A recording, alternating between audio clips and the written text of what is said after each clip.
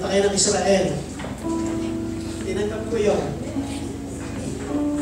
Ano ba nagaganap? God made a way para sa isang grupo ng mga missionaries based in United States. Kami po ay sinayaan ng Lord na makapag-register sa kanila. At sila ay nagpadala na sa amin ng aming ID, certificate. They will be coming to ordain us as missionary, international missionary. So, Lord, ito yung salita mo, magaganap. This is the reason why I'm trying to prepare you kasi may pagdadalhan ang Lord sa inyo. Just believe in His word.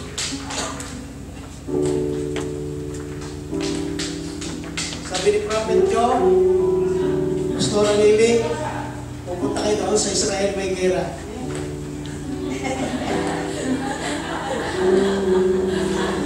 Lord, it is your word. Ano man ang mangyayari sa amin, maghuhulugan man ang buhay namin, it is your word. The only thing, we will go to you.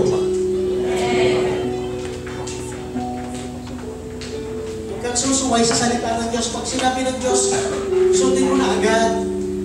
Huwag kang magkaroon ng sarili mong interpretation. Marahil, kung kaya hindi mo nararanasan ang fullness of His blessings unto you, hindi mo nga sinusunod yung sabi niya sa Malakay 3:10. Sundin mo muna. And let us see. Ano? Huwag ka muna magkaroon ng sarili mong interpretation. Sabi ng Lord, subukan niya. Subukan mo. Wala namang mawawala pag sinubukan. Tatay natin yun. Diba? And you will see. You will see. Sabi ng Lord. Father, heart God, we thank you. Salamat po sa iyong banal na pagkilos sa aming kalagitnaan. Salamat po sa iyong pagmamahal. Salamat po sa iyong pagpapasensya sa aming mga kakulangan, kahinaan. Salamat po, Ama, sa iyong pong pagtsitsaga sa amin. Salamat din po sapagkat unti-unti, slowly but surely, Lord, pinomold mo kami according to the shape you want us to be. And we are happy, Panginoon, kasi ang pagsishape mo, Panginoon, ay napakapino. Ramdam na ramdam po namin yung pagmamahal mo, Ama. Salamat po. Hayaan niyo po na patuloy po namin iaalay ang buhay na tayo na ito sa iyo lang. Hayaan niyo na sa iyo lamang po namin kami magsisilbi. Ikaw lang paglilingkuran namin.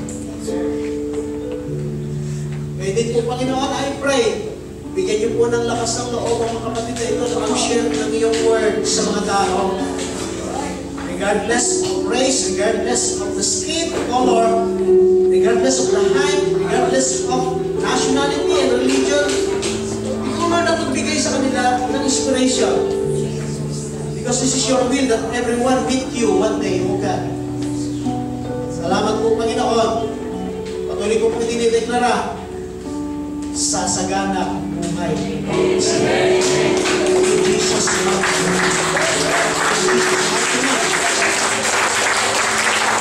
In Jesus' name.